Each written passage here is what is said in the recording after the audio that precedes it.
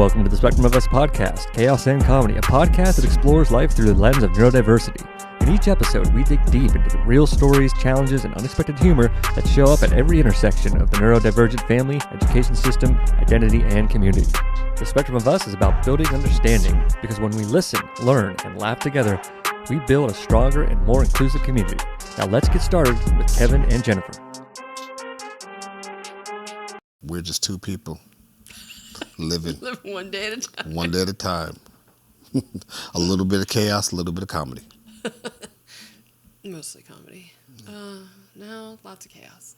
Lots of chaos. It can be. Like last night? Like last night. Yeah. We had a lot of chaos watching young people today trying to deal with their own disabilities and how to navigate trying to be what everyone calls normal. Yeah, I think they're kind of past. Well, I think Bubba's past. Yeah. Trying to be normal. Like, he's like, love me or leave me, baby. Most of the time. But like,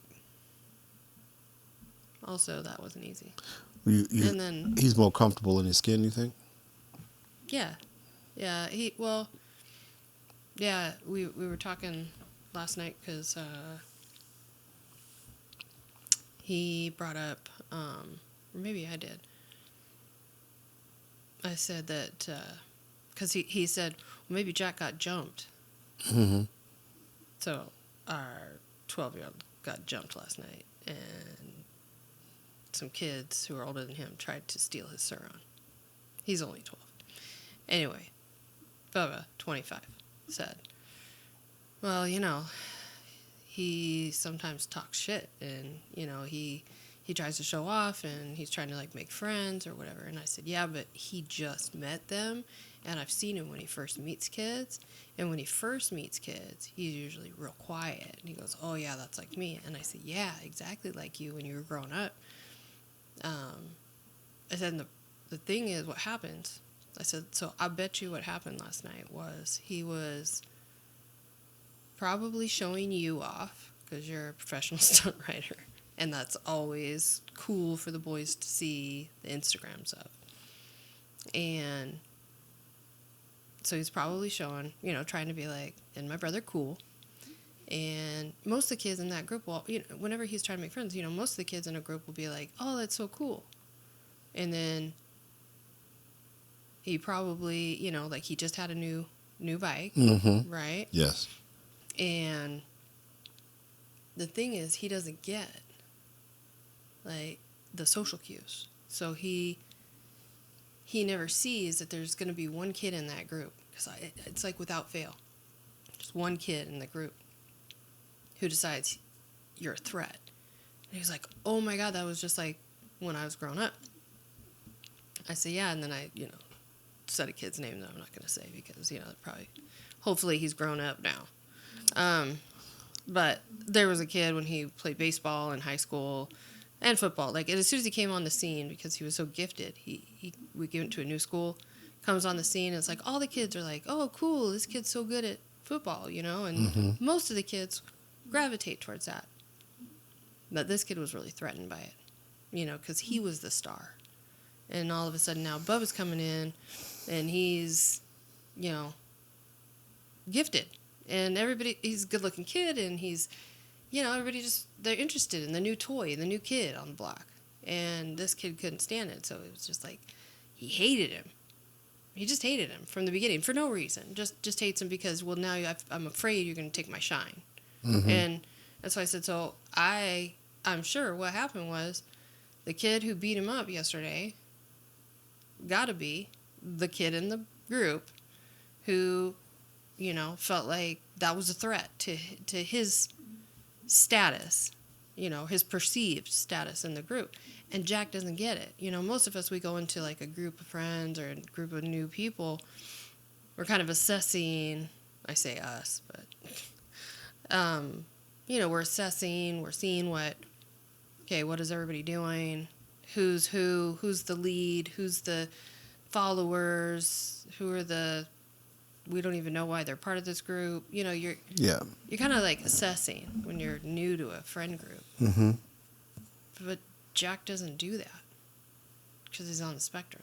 So it's just very black and white.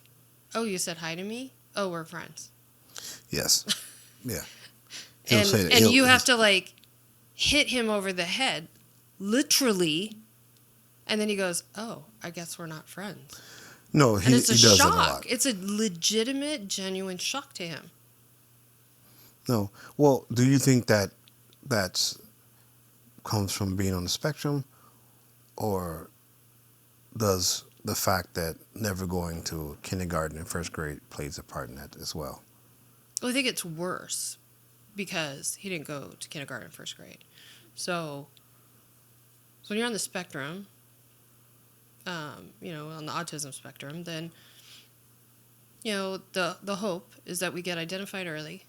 The earlier we can identify, we know that the earlier we can introduce interventions, and especially when it comes to social emotional skills. And then the earlier we can get those tools kind of embedded in helping them learn how to navigate the world, the more natural it just becomes to them. So the rest of us, you know, kids when they're in preschool and kindergarten and first grade, they're learning rules of social engagement. But they intuitively are reading each other. Those social emotional kind of telltales they read. You know, that's normal. But for a kid on the spectrum, it's like you have to teach it, and they can learn it. If they're level 1, maybe level 2, a lot of level 2, they can learn, you know, when my face looks like this, what does that mean? Because they don't know. No, I've seen the cards. Well, they have there's like all these, like, there's like a whole chart, and you could sit there and you know, when somebody looks at you like this, what does that mean? They're angry. What does angry mean? You know, like, so that it externally gives them the tools that other kids are innately born with. I believe that they feel the energy still, but the difference between them and the neurotypical kid is that the neurotypical kid is able to take that feeling, that information, and process it into what that means. And, you know, the kid like Jack, they feel something, but they don't know what that means. Yeah. And so we can teach that to them. The younger they are, the easier it is. And for a kid like Jack, especially, like level 1, he's so high functioning, but also not. No, I saw him, when I saw him earlier in the day, I saw him struggling to fit into the group, which was interesting because we said neurotypical kid. There are kids who they wait and give it some time to decide what their place in the group. But he has a tendency to try to accelerate it, to find his place really fast. He's impatient with trying to figure out his place. And I think that's because we're ADHD too. Yeah. So it's like being ADHD and autistic at the same time is such a like collision of the two, you know, because he's got, I'm in a hurry, but then things have to be a certain way. Yeah. You know, and it conflicts, but he's very awkward. He wants friends, but then he wants to rush. And so, you know, but like, that's he is also awkward. that's also but it's also, I watch him even with whomever the kid was in that group who kind of singled him out. It's because kind of like we were talking about with Bubba being super athletic and, you know, being out there and becoming a star, and then the kid felt uncomfortable because he was the one who started. Well, Jack does the same thing. Yeah. He gets in the group, and because he picks up those things easily. Yeah. Those are the things that with his superpower, because he can focus on it and he gets it how he's writing, the things he wants to do. I watched him this summer know nothing about how to take apart a tire on a bike and put it back together, or the inner tube and all that, to now, 3 months later, being able to do it all by himself. And most of those kids won't have that ability. And when they see him do it, they get jealous. And he doesn't have the ability to see them get jealous. No, he doesn't see that. He doesn't see that, oh, that kid over there is not feeling me right now. And so maybe I need to give some distance. Maybe I need to give some space. He doesn't know that when a kid starts taking jabs at him, that those are warnings, So it puts him in a dangerous position at this age, because he's about to go into middle school, and it's already a hard time for kids. But, if he goes down the same road as his brothers, I see it's almost worse with him. And I think that it's worse because he wasn't in kindergarten or first grade. Because he probably would have been identified earlier. Well, I know he would have been, because I suspected that there was something. But with COVID and just being completely isolated in the state of Washington, because we were, where we were, effectively out of school for almost 2 years. I mean, if you want to call remote schooling for a kindergartner in first grade, you can. But for Jack, it meant he wasn't in school, because he wasn't going to homeschool at all. And he wasn't going to learn. And so I knew there was something going on, but also no ability to get identified. And then once he went back to school, the assumption was, and had to be, well, we don't know how much of this is COVID and how much is a disability. So we have to see him in action first. So, put him in second grade, hold him back to first grade, what's really going on. And because of what I do, we got him identified really fast, considering. But that didn't make things easy. So, here we are in 5th grade, should be 6th grade, just turned 12. And I'd say his social emotional development, it's messed up, because he's in the body of a 12-year-old.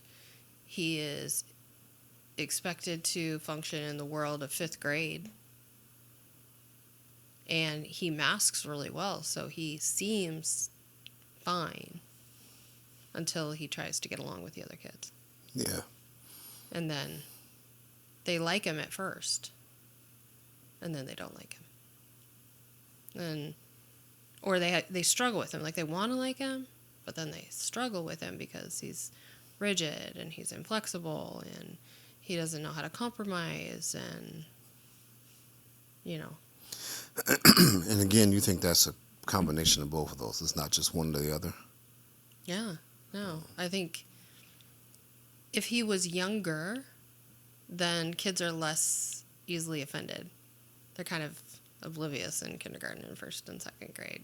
They're just more pliable and more, whatever. We're all kind of rude.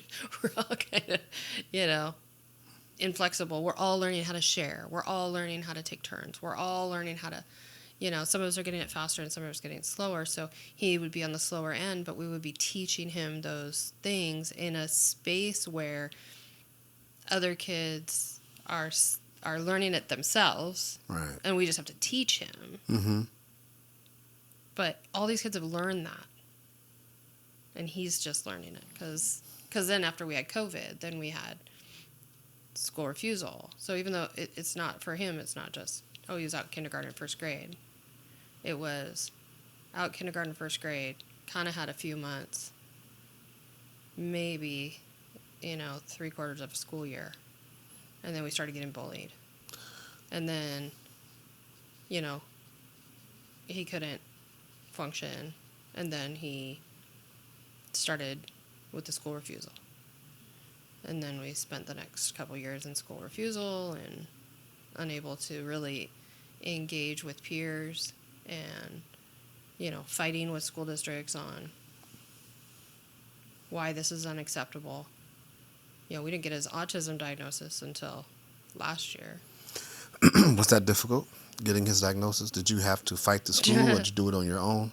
Well, the school's not going to do it for you. That's for sure. They'll do it if they're high level. Well, they still won't do it for you. They'll just tell you should go get a diagnosis.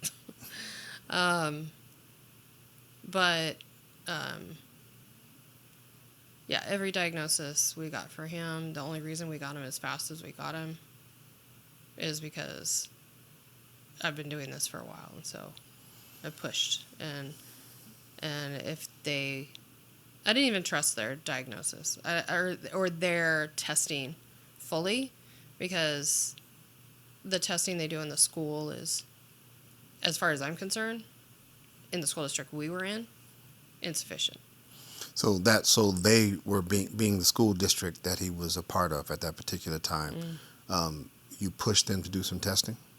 Yeah, that's the first step. You just always go, I'd like to refer my kid for testing, or a teacher does, but depending on the school district you're in, the kids in the gray. I call the kids in the gray, the kids who aren't profoundly disabled, but they're also not just mildly like, oh, they just need a little extra reading support or a little extra math support. Mm-hmm. Got just enough disability to make life hard for them. Not enough to be profoundly disabled. It's like being middle income. But in the disability world. So I just call them the kids in the gray. They're in the gray area that nobody really knows how to successfully work with, because they either get underdiagnosed or they get over restricted. So what was your step after finding that the testing was not up to your standards? What was your next step? Well, I do everything at the same time at this point. So, while I asked for a referral to get the school testing, it was then, taking him to his pediatrician, because I know all the steps everybody's going to tell us we need to go through. So, okay. Made the appointment with his pediatrician, and everybody makes you start at step 0, so, okay, what's the problem, and so you go to the pediatrician, and that's the thing I think parents don't understand, because usually we're not seeking help until we're kind of in crisis mode, because behavior disabilities and learning challenges and stuff with kids, kind of like, sometimes it's really hard, especially if you're not in the world. It's hard to decide where's that line between, oh, my kid's just going through a stage, my kid's just moody, my kid's just in having a bad day.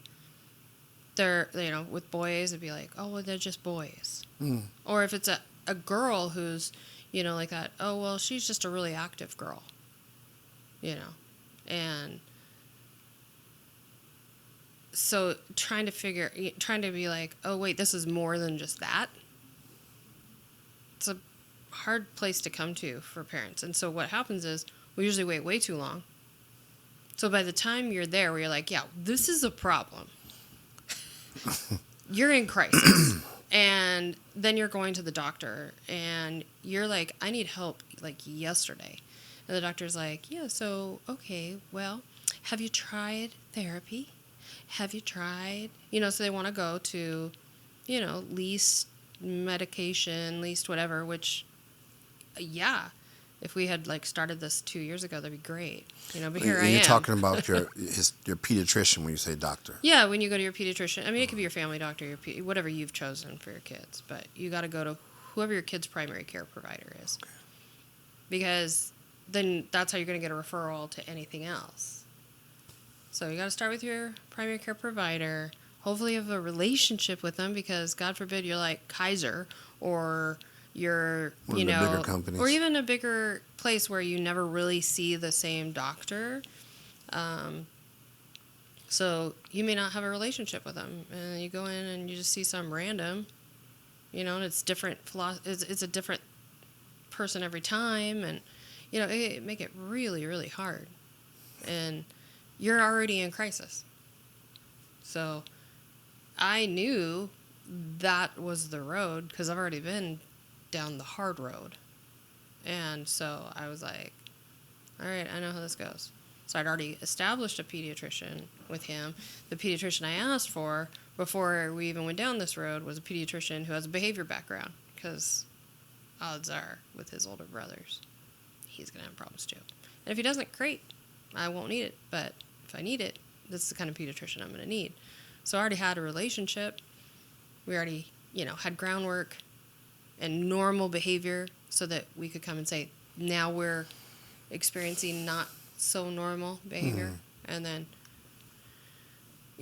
she already has a background in this, so I already have the right doctor. I'm not like, oh, I'm at the wrong doctor, and now I got to try to find another doctor and then wait another 6 months to get in. And I mean, just that whole side of it for people to navigate can be traumatizing. Well, can we touch on that a little bit? Because you talked about just talking about the time. You get the school. You don't like what they're doing. You don't like the testing that he's getting at the school. I mean, you it's not decide that to I go don't like it. It's just you just didn't think it was adequate. It's just insufficient. Excuse me. It was insufficient. You didn't think it was up to your standard. So you go to your own pediatrician. Yeah. To get it diagnosed. So what's the time lapse from that to getting a diagnosis? Well, because then what you want is you want a neuropsych eval. So you're like, you got to ask for that. I want a neuropsych eval for my kid, right? And so then you got two challenges. You've got making sure you get a good neuropsychologist, and then making sure that they're available. Because the good ones... Oh, and making sure that insurance covers it. Because the good ones are usually full, unavailable, and insurance doesn't cover them because they don't want to fight with insurance companies. And so they're like, hey, we're cash pay, and they can do that because they get enough business to go that route. And, they're already booked up. And so, this time I knew that I could just do cash pay. I knew that I wanted the best one. I wanted one without... The hard part was, you want the best one, but then how long are you willing to wait? Because wait times can be up to 18 months. And by that time, you'd be in the 5th grade. Yeah. What would I do for the next 18 months while we're waiting for diagnosis? And that's just for the eval. And then you wait another 30, 60 days before you get the diagnosis back. Oh, wow. And go over it and then start a treatment plan. And in the meantime, you're Nothing. you're still dealing with school refusal and trying to get you've got your resources at your school. inadequate stuff that the school has done, and you're thankful for those pieces, and you're thankful for whatever you and your doctor are trying to kind of band-aid together, guesswork, so luckily his doctor was really collaborative, and so we would have conversations, and I'm like, and I also have a lot of experience with lots of different possibilities and meds with my older kids. Like, okay, well, they're all similar gene pools, so we can try these things, maybe not these things, or and even then it's still, every kid's different. So with No Child Left Behind, what's the school's responsibility in that? Like, you get them diagnosed, you present that back to the school, and then they begin finding resources? That's a whole nother thing, because so we got lucky. We got in with a decent neuropsych. I wouldn't call her great, but she was decent. And we had, initially we were told we had like a 60, about a 2 month. We were about 2 months out. So I was like, okay, we can do that. But we were on the wait list in case she had something open up. She had something open up, so we got in a month, and came back a month later for the eval, and then from there, the hilarious thing is that you can go to all that effort and then you can bring that into the school psychologist, into the IEP team. So in the meantime, I had gotten Jack, we'd gotten him, I knew he'd qualify in all these areas. There was no doubt about that. He was going to qualify on the eval at school for pretty much everything. And then, you bring in the neuropsych eval, and they're like, well, we don't have to consider it. We'll look at it, and we'll decide whether we respect this psychologist's opinion, whether we respect this report, whether we agree with it. And you're like, last I checked, you're not a neuropsychologist. So that's fantastic, school psychologist, that all you do is write up IEPs all day long. Because kind of that's what they do. They do evals, they do stuff like, IEPs, and they work What with are IEPs? Individualized education plans. And that's between you said team. What's the team composed of? The team can be any group of people related to the kid, but starts with the school and the family. Okay. And then supposedly anybody can bring in anybody to that team that they feel would be helpful. But the reality is the school has way more information than parents have. The school has way more experience with this than parents have. And the power paradigm, they have all the power. Parents are not this is a new rodeo for them, for the most part. This is not new for the schools. But they take advantage of the fact that this is new for the parents. So they, frequently withhold information, just don't tell them stuff, right? Because you just kind of have to figure it out yourself. But they tell you that you're your child's biggest advocate, and we're all a team. Oh, well, I'm glad you said that, because I was going to ask. That was going to be one of my next questions. Was they say you're supposed to be your child's biggest advocate, but do they show you, teach you how to anything about being an advocate? That's not in their best interest. It's not in their best interest to inform families and parents. Because the more informed families and parents are, then the more things that families and parents will ask for. More accommodations, more exceptions, more modifications, more specifics. Is that a bad thing? For schools who are already overstressed and overworked and over caseloaded and over everything,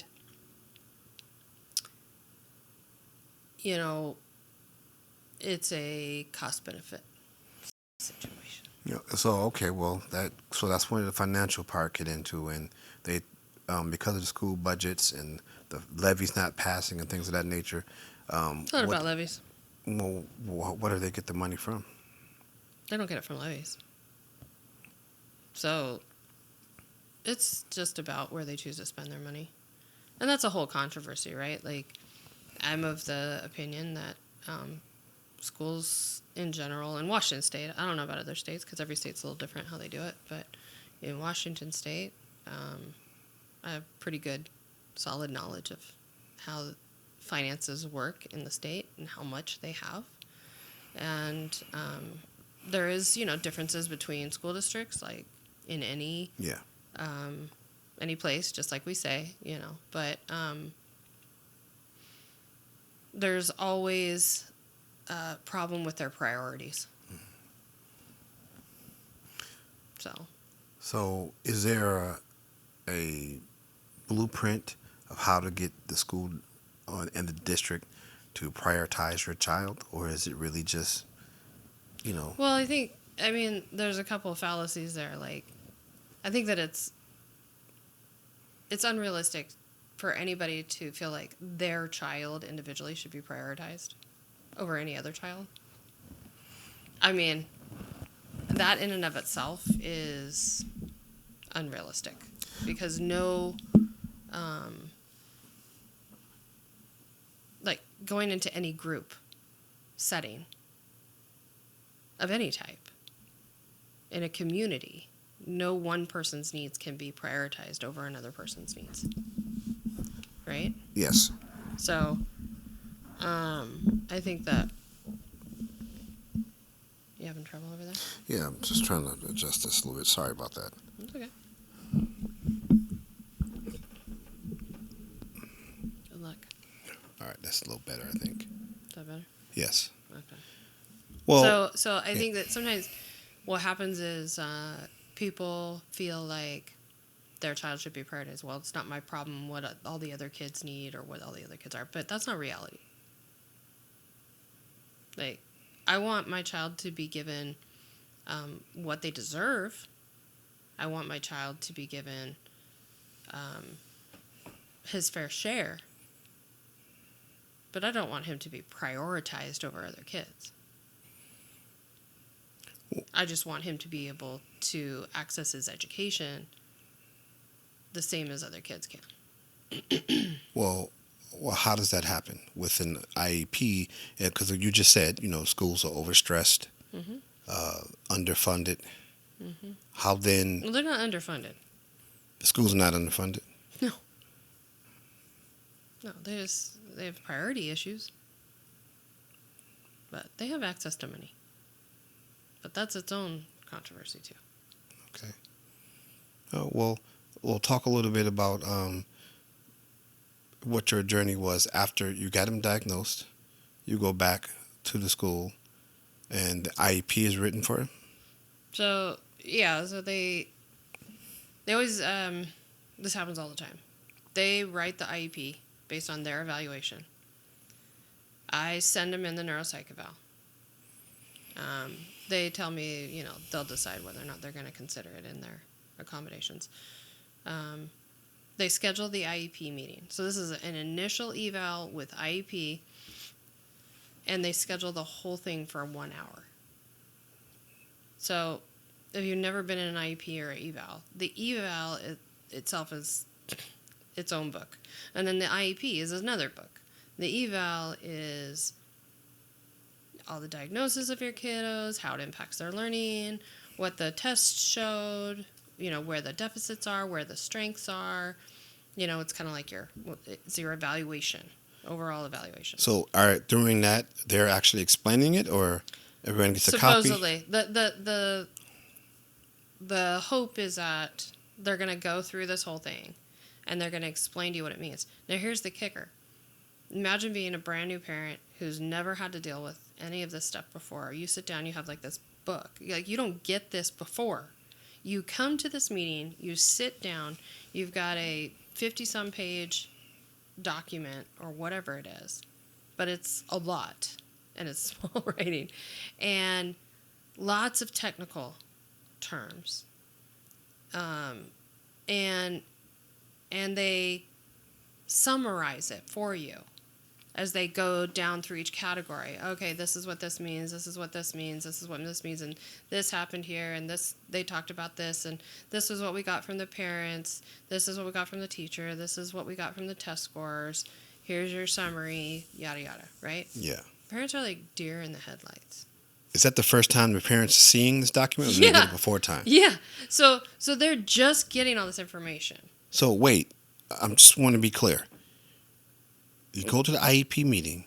This is an eval and IEP. So this is your first time. First time you see any of it, and you got 50-page document that could be the eval and a whole nother. There's a whole nother document. That. Yeah.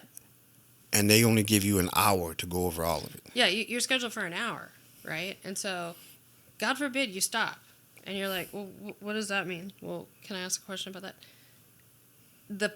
The energy in the room immediately goes to this person wants to talk about one. Okay, great. And if you do it too many times, which 2 times is too many, then they're going to get to Like, okay, well, I just want to be mindful of everybody's time. I know that Miss So-and-so has to go to class at 9 o'clock, and I know that so-and-so has a hard stop at 1 hour, and so I just want to kind of, get us moving so that we stay on track. Wow. So a parent is silenced at that point because you're feeling overwhelmed. You're feeling like you're lost. You don't know what's going on. The experts have spoken. Just be quiet, sit down, and let us just tell you what we're going to tell you and how we're going to tell you we're going to fix your kid. So, but you at least get a copy of those documents when you leave. Yeah. It's a draft. They call it a draft because legally they're supposed to. Because legally, you're supposed to be able to look at it, ask questions, make changes. This meeting is intended to be like a work group. If you're just coming to it as a part of a team, any other team that sits down to tackle a task,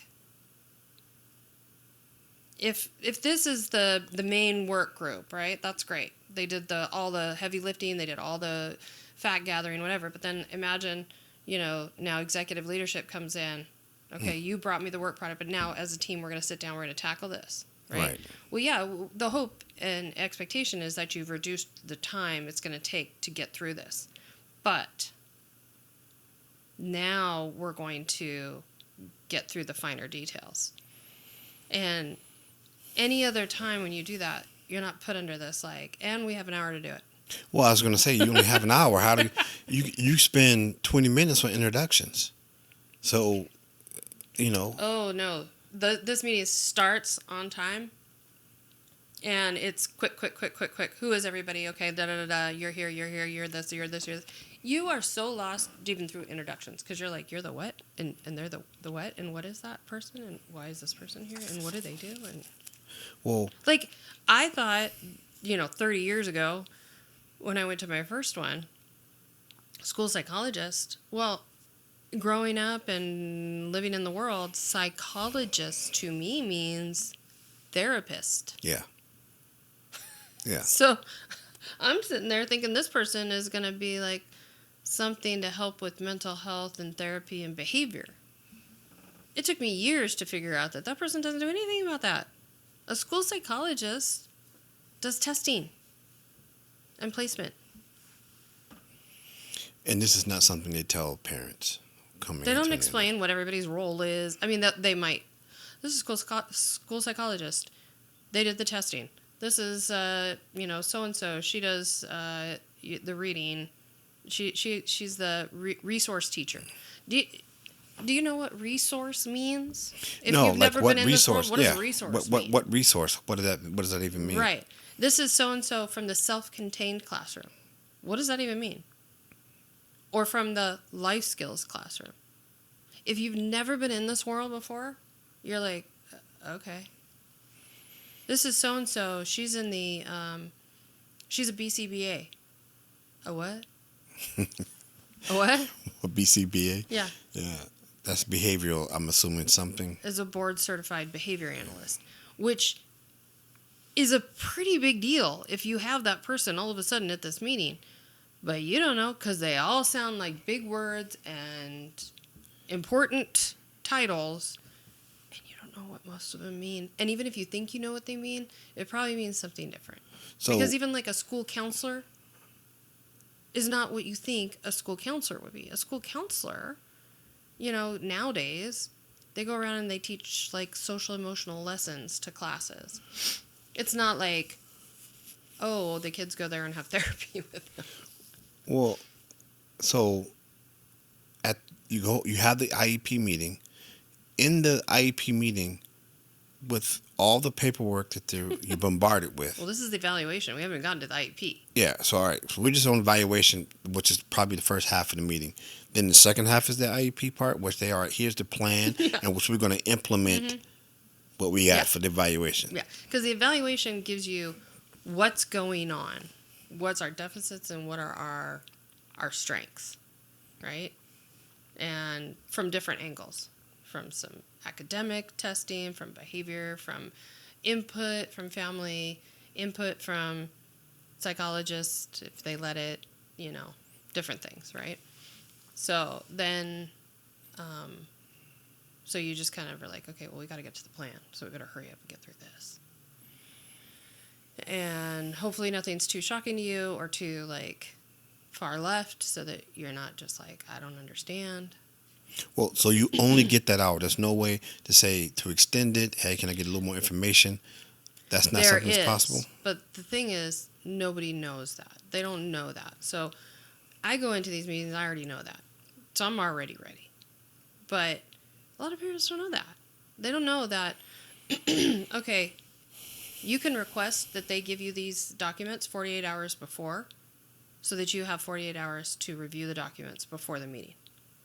That's a huge time saver. Huge, yeah. They'll say to you, we're going to try to get it to you. We're going to try to get to you.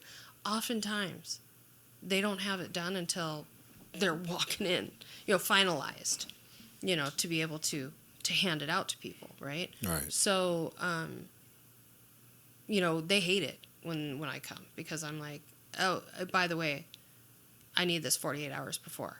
And if I don't get it 48 hours before, then I will ask them to reschedule it because I haven't gotten the document yet. So when you can give me the document, then you can push the meeting. They don't want to reschedule the meeting because they've got all these people from different places in the district that they've had to either, provide a sub for or, do it at a different time of day or whatever, right? So they already have to coordinate 7 schedules or however many it is to get to this meeting. And then, I have the right, if you don't give it to me 48 hours before and I ask for it 48 hours before, then I have the right to ask you to reschedule it. Which is doesn't a happen mess. often. Does it happen often? It's not a frequent thing What? that they actually reschedule it if you didn't get They have it. to by law. But I guess that's That's not they break the law all the time. They'll because they bank on the fact that parents don't really know the law and that they're not going to go get a lawyer and sue them over that, right? I'll just push. And they don't want to deal with that either. So, if you're annoying enough, then So if you don't agree with the plan, is there a way to, hey, I don't like this, I want to appeal the plan or any kind of process Sure. like that? Sure. Well, when you come, so before you get let's say in a perfect world, you get it 48 hours before. You go over it. That's when you make your notes. That's when I'd like this, or I wonder about this, or can I change that, or whatever. And then ideally, you're sending that feedback to the IP writer, and then they are able to either be like, yeah, that's a great idea, or, well, we considered that here, and we, or we can discuss that as a team. Those are kind of the options. Like, Is the IEP writer the same person every time, or? it just depends on the district. Some districts actually just have IEP writers. So this person they don't have anything to do with your kid, but they write the IEPs. And then sometimes it's the, school psychologist, sometimes it's a case manager. And they're writing their IEP based off the evaluation? Mm-hmm. Okay. Yeah. And off of other information. Information gathered from classroom tests and feedback from teachers, feedback from the tests that the evaluation, best practices, different ideas they have, because they've discussed probably beforehand, some ideas about what to do with the kiddo, and what the challenges present are. The problem is they have an opportunity to have those discussions openly and candidly with each other.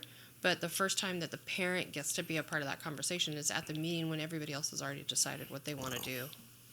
So, and that's not usually that's not like, they don't really think they're coming to it being like that.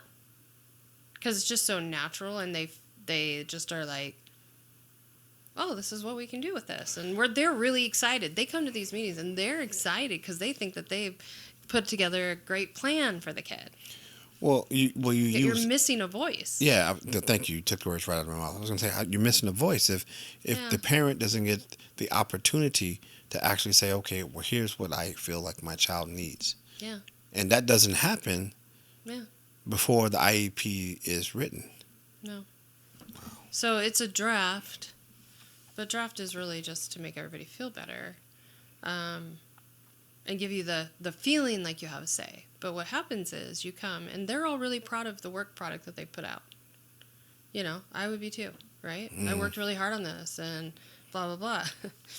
And hopefully the parents are really going to like it, and they're going to think it's great. And then the parent comes, and the parent's like, well, this piece, and what about that, and I don't like this, and I don't think that's going to work, or I don't agree with that. Are there any basic pieces to the IEP, or is it each IEP is individualized to the individual student? Each IEP is individualized to the individual student. Now, only in the areas they qualify. So, let's say a kid only qualifies for reading and math, and they don't qualify in writing, right? And that's as far as resources or having a plan? No, like, they only get an IEP for written for the places they qualify. So, if they have a math qualification and they have a reading qualification, then their IEP will address their math and their reading challenges. It won't address writing because they don't qualify for writing. So they will be in normal gen ed writing expectations. But their reading and math will address those challenges. If they have behavior challenges, then that's a general broad subject, and so it'll address whatever their specific behaviors are. So, in your experience, do you feel like the school districts really focus on the behaviors and having a plan for the behaviors, or they they're more didn't focused used on to. the others? So, 30 years ago when I started in this, like Thomas, he had an IEP as a preschooler because, you know, in preschool and kindergarten, behavior is pretty much all we're concerned with, right? Thomas is your older son? Yeah. Okay. Why you ask that like you don't know? Because they don't know. I know, but you just got to be like, say No, different because then no. people be like, that's so well, weird that he asked that. Well, not really, because you didn't. I'm prompting you to be able to tell everyone that Thomas is your older son, so that they know that you're talking about something from experience and not something you read.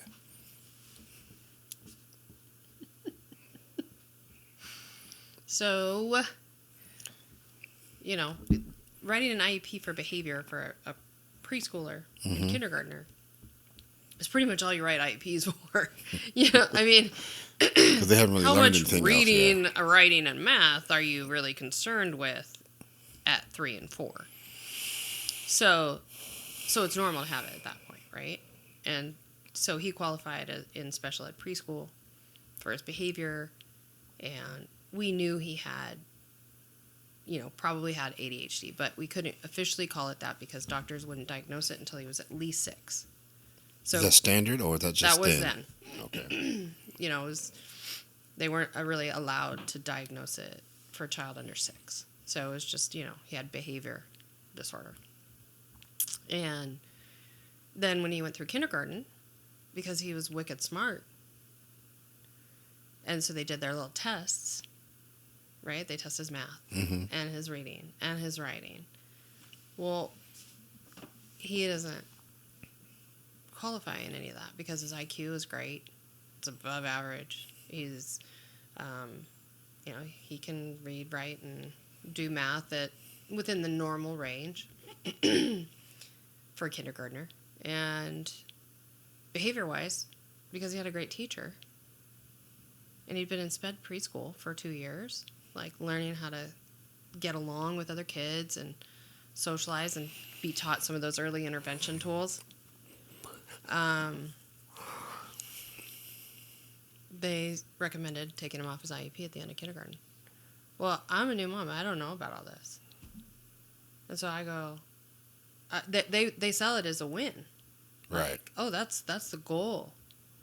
Right? Is we want to get off the IEP, you know, he's great. You're thinking, he's cured. You know? I mean, you're like, oh, cool, he's not a behavior problem anymore. You're not, you don't understand the implications of that. You know, people said to me, oh, don't let go of that IEP. What does that mean? And how do I not let go of it? When They're telling me he doesn't qualify anymore in any of the areas. And it doesn't matter if I want it, he doesn't qualify. So when we get to a point in the IEP that the student is excelling, they go, we don't need to do this anymore. Yes. Yeah, they don't qualify anymore. But, okay, I'm going to ask a silly question. I don't mean to sound silly, but if the resources are what's helping him, doesn't that mean that if you take the resources away, that he reverts back? Well, I mean, sometimes. Oftentimes. But not all the time. Like, take straightforward, like, reading, writing, math, learning disabilities, right? If your kiddo's not reading at grade level, and it's not because of anything profound necessarily, but they definitely have some type of reading disability.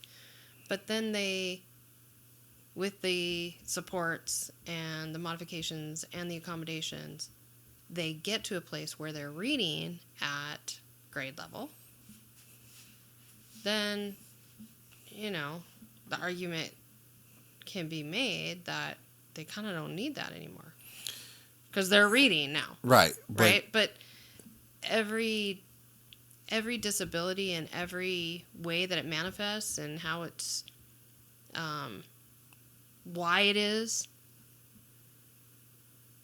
don't always follow that rule. So it doesn't work very well because, like, behaviors, for example, most behaviors, the supports need to be in place for a long time because relearning behavior takes a lot of practice. Well, I was just going to say, my recollection of Jack going to school was the resources that he had at the beginning of the school was a young lady that he had a really great relationship with. Yeah. And when they pulled her... Well, what happened was he had a terrible year, and he'd been bullied, and he was still sticking with it. Mm-hmm. And they said he needs to go to summer school because he's so far behind. And he'd missed a lot of school because he was being bullied, so that was when school refusal had started. And, you can only force your kid to go to school when you know that he's facing that kind of hate and that kind of, physical and emotional, like, violence every day, as a mom, before you go, yeah, go ahead, we're going to take a break, It's not as easy as people like, well, I'll just make them go to school. Not when they're being bullied, intimidated, and harassed and pushed down on the ground, and school's not taking it seriously, right? You're in that weird place of, like, okay, I know I want them to, like, learn how to fight for themselves and stand up for themselves and whatever, but this is, like, school's not doing anything about it that's meaningful. And so I'm dropping my kid off every day to be abused. That's awesome. So I'm letting him have days off. He misses so much that they're like, well, he has to go to summer school. Okay. So, I don't even know how we got him to go to summer school, to be honest, because I think back and I'm like, we were lucky. Yeah. But he went to a great summer school option, and his staff there was just phenomenal, Miss Hilton, and she was the interim principal, and she, from the minute we stepped foot in there, because I was just so skeptical, and I was like, listen, he's not going to do well with peers. He wants friends, but he doesn't do well with them. He's having a hard time. He's been bullied. And she's like, we've got a one-on-one teacher for him. She's a SPED teacher. She loves kids like Jack. They're going to have a great time. Okay. And they did. But he had to have a relationship with that person, and he had to feel like they wanted to see him every day. So he did, and he went, and he did freaking awesome. So when we went into the school year the next year and we moved schools, I thought, okay, great. New school, new IEP. Now we know what works. Yeah. So we go in and we say, this is what we've seen works, and this is what we've seen doesn't work. If you can put something together like this, I think we want to keep this progress. We want to build on this success. And they're like, yeah, no, that's great. So they did. Yeah. We go into school year and I'm like, this is fantastic. This is amazing. They're listening, and they put in a similar type program, but he didn't have one-on-one. He was going to be in class, but he was ready for that. But he had a one-on-one person who was his person that he met every morning to build that relationship and feel like he was loved and wanted. Mm-hmm. She got him to class. She kind of, she was his person to come to. If he had struggles, she could watch him and see if he wasn't engaging appropriately, so she could give him tips, go out on the playground. Yeah, it was just kind of like having, having your mom with you, I guess. Mm-hmm. I don't know. To teach you those social things, right, that he hadn't had, because what was he in, like, 3rd grade at this point, I think? Mm-hmm. And, or was it 4th? No, it was 3rd. And, no, it must have been 4th. He's what now? 5th? No, it was 3rd, yeah. And then they said, well, we're going to do all this, right, because that's great. And then we're going to hold a, because we have to transfer the IEP into our district, because whenever you move into another district, then they'll take this IEP temporarily just to get going, but then they'll set up their own IEP meeting. And so to do it all over again? Yeah, so that they can make it theirs. They don't want to just assume that another district had everything right.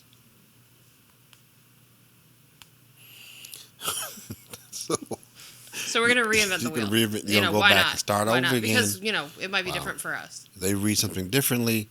Yeah. Oh, you don't need this, or you do need this. Yeah. Well, how did that work out? Here, we have different options. We have different resources. Now, mind you, the school that he went to in that district was like the hub for SPED kids.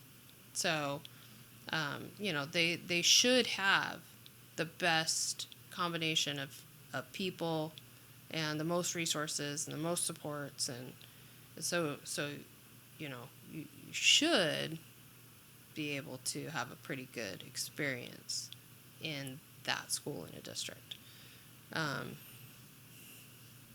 And we got 2 months in, and we came to the meeting where they make it their own, and it was, he's doing great, he doesn't need this person, and we're gonna wean her off. And I had a whole hour, and here's the other thing, they bring in 9 people to the meeting. So 9 staff members to the meeting. It's me and my SPED teacher that I brought because I own a school like this. And so she's been doing her own evaluations and, working with me on him. So what you had is not typical of a parent. No. But I already knew what I was up against. So I wanted somebody that I had vetted, that I knew was good at, and who's because you don't know these SPED teachers. Some of them can be great, and some of them can be mediocre, and some of them can be horrible, and just like any profession. Yeah. Right? So I don't know you in your district. I don't know if this is going to be a good one or a bad one. I don't know who you're going to be. So I had somebody who was known. Their product was known. And so, brought her with me to the meeting to help navigate. And, with their 9 people. 9 people. And in that an includes hour. you and your person, or all 9 in total? No, they had 9. It was just me. 9 and 2, And you got an hour. You got an hour. How do 9 people I got it speak in an 48 hour? hours before, so I knew that they were going to be coming in with Well, I didn't know that they were going to be coming in with wanting to reduce him. I was worried what they would come in with, because when I read it 48 hours before, I'm good at reading between the lines, and I could see that they were positioning for he's doing great and doesn't need all this stuff. So. Well, but that's how did you feel I've about read that? hundreds of IEPs at this point, and I know how to read between the lines. Right. So, but so I was like, great, here we go. So I'm gonna bring my one sped teacher. We'll see how many people they bring. what that does make you, that's designed to make the parent feel like he succeeded, and that's how they get him to get out of it. Yeah, he's great, right? Here we are back to 30 years ago. Oh yay, we're winning. He's doing great. Yeah. No, fast forward for Thomas, he was in 5th grade, being, sent out into the hallway, for half of his day, sitting out in the hallway, on and off all day, because he was smart, he didn't lose any academic learning, but what kid wants to sit out in the hall all the time just because they don't behave right? And for Jack, it was, I don't want to go to school if I don't feel safe. And then we went down a really bad road. So. Where are we at on time? Is it? I don't know. I was going to say we probably should. It's 11:17, so. An hour and 9 minutes. Okay. We can stop there. Well, what is our outro, Jennifer? Yeah, let me look at the outro. Poor Brian. Well, this concludes. No, that is not how that goes. This concludes You're the. so awkward sometimes. Who's awkward? You're just You. mad because I have the voice. I have the voice that should be on radio. Thanks for listening. Thanks for listening. Please comment, like, and share. Want to reach us? Connect on social at. That's right. Smooth Jazz 106 FM.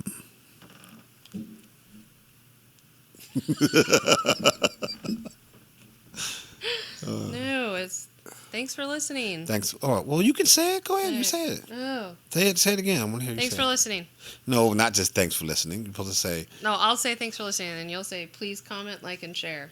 please comment, like, and share. Thanks Just for give- listening. Thanks for listening. Hey, see you next time on No. the wait, chaos, No. the comedy, the Please spectrum comment, of us. like, and share. A Spectrum of Us podcast. Please We're comment, not- like, and share on our social media platforms. No. Want to reach us? Want to reach us? Reach us Connect through. with us on social at the Spectrum of Us. Embrace learning. You're doing such a good job. Go ahead. Go ahead, girl. The Spectrum of Us. And you know what it is. Hit me on that Insta. Okay, let's try again. Thanks for listening. Thanks for listening. No, you're not supposed to say that. You're supposed to say, please comment, like, and share. Please comment, like, and share. You know where to find us. Be out there, y'all. No, how about you say something to the effect of, once we say, please comment, like, and share. I'll say, thanks for hanging out with us. Thanks for hanging out. Okay, thanks for listening. Thanks for listening to our journey. You're not supposed to talk about this. No, I'm just saying, it should be something more than just, thank you. You know, get a catchphrase.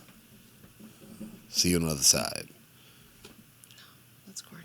I'm not saying that. I'm just saying like that, a catchphrase. I'm not saying that catchphrase. I'm saying you should be like, well, thank you for joining us. And, you know, Why do you sound like an episode depressing? of Tears and I'm Smiles. sorry, Ryan. Smiles and Tears and Smiles.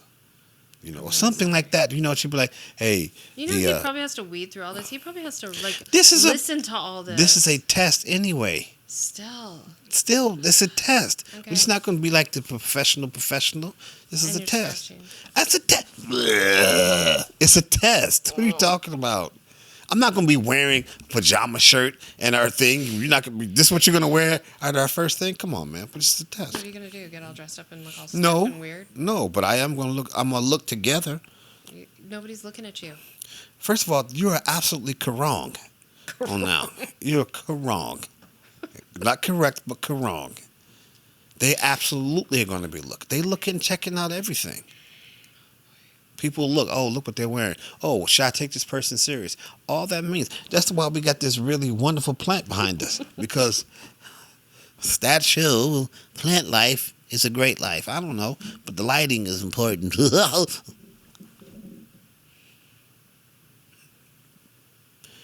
That concludes today's episode. That concludes today's episode of the Spectrum of Us podcast. Please like, follow, and share. Click that button, y'all. Comment, and Okay. share. Please comment, like, and share. You can't Please, say it in the right order. please comment, like, and No, share. comment, and share. What? Comment, share. I just said. Comment, Why share. can't I say it the way I said it? Because Comment, like, and share. share. It's It li- I goes can that be- way in the like, thing. There's a comment, share. That's why it says Please it. like, comment, and share. You're supposed to say thanks for coming, y'all. Deuces. I don't know. Please like, comment, and share. Why are you gonna say it like that? Why you sound like you're Say like what? a radio announcer? Please comment, and share. What you are witnessing is hate. No, Don't be Haitian. don't. Don't be hater. Use your hate language. Joe had a song. Don't want to be a hater no more. Please like, comment, and share. Thank you for joining us. Thanks for listening. All right, y'all. Next time. Through the smiles and through the tears. Be that advocate for your children. I'm just saying. I don't know. You should say something. Thanks for listening. Like, Yes. comment, and share. I said that. Like, comment, and share. Like, comment, and share. Thanks Please for listening. comment, like, and share. Please like, comment, and share. Please comment, like, and share. If you like what you heard, and you have some questions or anything like that, please No, get a hold no, of us. No, Reach out. I don't Reach want out, anybody to get y'all. a hold of us. I don't Reach want to out. talk to anybody. Reach out. That's why we do this. Reach out and touch somebody's head. Boo-boo-boo.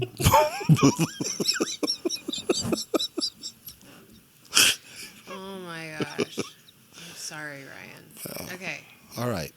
That was Thanks good. for listening. Please comment, like, and share. Please like, comment, and share. You weren't supposed to say it. I already said it. Because Yes. I can't get you to, be... I tried to say like, comment, and share, but you won't like to hear what I had to say. Thanks for listening. Please comment, like, and share. If you want to connect with us, follow us. You can do so. on social. Stop talking. Why do you keep talking? You can do so on He can't Instagram, Facebook, Facebook? YouTube. It's not Facebook. I didn't say Facebook, but have some faith. I said Facebook. But, someone is very hypercritical of someone's lisp. Thanks for listening. Please comment, like, and share. Connect with us on social at The Spectrum of Us.